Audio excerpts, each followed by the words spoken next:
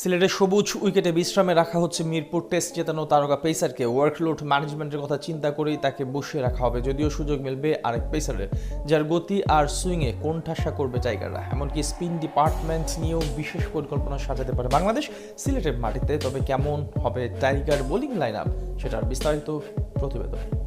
আজকের দিনটা আমাদের এনজয় করা উচিত। আমরা যেভাবে 5টা দিন খেলছি, আজকের দিনটা আমরা এনজয় করব। তবে কাল থেকে পরের টেস্ট ম্যাচের জন্য মেন্টালি আমাদের প্রিপারেশনটা নিতে হবে, কারণ ওই টেস্টটা আমাদের জন্য আরো বেশি ইম্পর্টেন্ট। মিরপুর টেস্ট জয়ের পর ঠিক এভাবেই দলের উদ্দেশ্যে কথা বলছিলেন অধিনায়ক নাজমুল হোসেন শান্ত। বুঝিয়ে দিয়েছিলেন শুধু মিরপুরে জিতলেই হবে না, জিততে হবে সিলেটের মাটিতেও। যেই কথা সেই কাজ। মিরপুর টেস্ট জেতা লাল সবুজদের চোখ এখন সিলেট টেস্টে। পাকিস্তানের বিপক্ষে সেই ম্যাচ জিতেই সিরিজ জয়ের আনন্দ করতে চাইবে টাইগাররা। আর তাই তো কোন একাদশ নিয়ে সিলেটে মাঠে নামবে শান্ত বাহিনী, তা নিয়ে চলছে হিসেব নিকেশ। বিশেষ করে সিলেটের সবুজ উইকেটে টাইগারদের বোলিং ইউনিট কেমন হবে সেটা নিয়ে সবার আগ্রহ সবচেয়ে বেশি। তবে আপাতত ভেতরের খবর বলছে সিলেট টেস্টে একাদশে আসতে পারে পরিবর্তন, এবং সেটাও আবার বোলিং ইউনিটে। বিশ্রাম দেওয়া হতে পারে তারকা পেসার তাসকিন আহমেদকে। মিরপুর টেস্টে নাহিদ রানা, নাজমুল হোসেন শান্তর পারফরমেন্সটা হাইলাইট হলেও তাসকিনের অবদান অস্বীকার করার বিন্দু মাত্র উপায় নেই। বিশেষ করে পঞ্চম দিন লাঞ্চের আগে ইমামুল হককে বিদায় করে তাসকিন যে সাইকোলজিক্যাল অ্যাডভান্টেজ দিয়েছে বাংলাদেশকে, সেটাই মূলত ম্যাচ জয়ের ভিতটা গড়ে তুলেছে। তবে তাসকিনের ওয়ার্কলোড ম্যানেজমেন্টের কথা মাথায় রেখে তাকে বিশ্রাম দেওয়ার কথা ভাবছে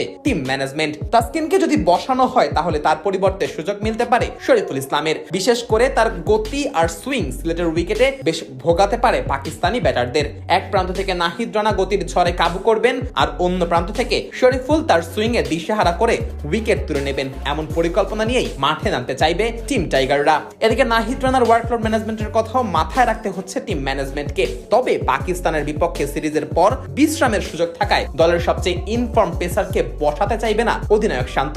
এছাড়া ইবাদত হোসেনকেও রাখা হবে একাদশে। নিজ শহরের উইকেটে নিজের চেনা পরিবেশে ইবাদত নিখুঁত লাইন লেন্থে পরাস্ত করতে পারেন রিজওয়ান সালমান আলী আগাদের। এদিকে ঢাকা টেস্টে স্পিন ইউনিট নিয়ে বেশ আলোচনা হয়েছিল ক্রিকেট পাড়ায়। পাকিস্তান দলে 7 জন বাহাতি ব্যাটার থাকলেও নাইম হাসানকে কেন সুযোগ দেওয়া হলো না এ নিয়েও প্রশ্ন তুলেছেন অনেকে। তবে মিরপুর টেস্টে তাইজুল মিরাজের জুটিও যে খারাপ করেছে সেটা বলার বিন্দু মাত্র অবকাশ নেই। মিরাজ তো প্রথম ইনিংসে তুলে নিয়েছেন 5 দ্বিতীয় ইনিংসেও তুলে নিয়েছেন গুরুত্বপূর্ণ একটি উইকেট। আর তাইজুল 2 ইনিংসেই পেয়েছেন 2টি করে উইকেট, অর্থাৎ 2 স্পিনার মিলে নিয়েছেন পাকিস্তানের মোট 10 উইকেট। এমন পারফরমেন্সের পর স্পিন ইউনিটে পরিবর্তন আনার দিকে না চিন্তা করতে পারে টিম ম্যানেজমেন্ট। তবে উইকেটের অবস্থা বুঝে শেষ মুহূর্তে নাইমকে সুযোগ দেওয়া হলে অবাক হবার কিছুই থাকবে না, কেননা অনুশীলনে প্রথম দিনেই সিলেটে যেই বাউন্স দেখা গেছে তাতে করে নাইমের প্রতি ভরসা করতেই পারে টাইগাররা। আর সেটাই যদি হয় তাহলে তাইজুলের পরিবর্তে দেখা মিলতে পারে ডানহাতি এই স্পিনারের।